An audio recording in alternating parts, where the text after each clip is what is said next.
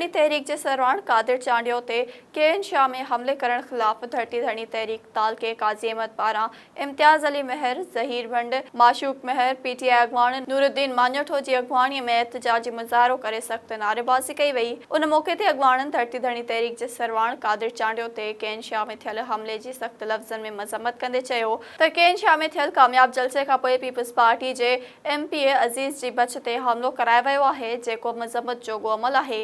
अगवानन मुतालबो कयो त कादिर चांडियो ते हमलो कंदड़ खिलाफ कार्रवाई कई वञे। जामशोर जे उस्मान राजड़ ऐं संदसि पुट कामरान अली राजड़ ज़मीन ते कब्ज़े खिलाफ हैदराबाद प्रेस क्लब में प्रेस कॉन्फ्रेंस कंदे चयो आहे त जामशोर में संदसि ज़मीन ते अब्दुल मजीद राजपूत ZMMC ऐं ॿिया कब्ज़ो करे खेनि कोड़नि केसनि में फासाइण जी कोशिश करे रहिया आहिनि। हिननि चयो त पुलिस घरनि ते छापा हणी हिकु टोयोटा कार, 2 मोटरसाइकिलूं, 2 टच मोबाइलूं, सोन, कपड़ा ऐं रोक रक़म खणी वई, जंहिंजो इतला मुख़्तलिफ़ जायुनि ते ॾिनो वियो आहे।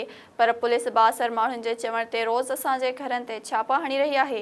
हिन नाला इख़्तियारनि खां मुतालबो कयो त ॼाणायल मामले जो नोटिस वठी साणनि इंसाफ़ कयो वञे। मटियारी में पाकिस्तान पीपल्स पार्टीअ जे MNA मखदूम जमील ज़मान साफ़िन सां ॻाल्हाईंदे चयो आहे त पहिरियां मुल्क आहे, उन जी सलामती आहे, पोइ सियासत आहे। मुल्क रहंदो त सियासत थींदी। हालतुनि मुताबिक़ त हिन साल बि इलेक्शन न थियण घुरिजनि। हिन चयो त पाक फ़ौज सां इज़हार यकजहतीअ लाइ जल्द कन्वेंशन कोठाए रहिया आहियूं। 9 मई ते पाकिस्तान जे अस्करी इदारनि ते हला कई वई। इहो इंतिहाई अफ़सोसनाक हुयो। शहीदनि जा यादगार मस्मार कया विया। हिन चयो त अहिड़े क़ौमी ॾोह में मुलविस शरपसंदनि खे वाक़ई सज़ा ॾिनी वञे त जीअं आईंदा कंहिं में अहिड़ी हरकत जी हिमत न हुजे।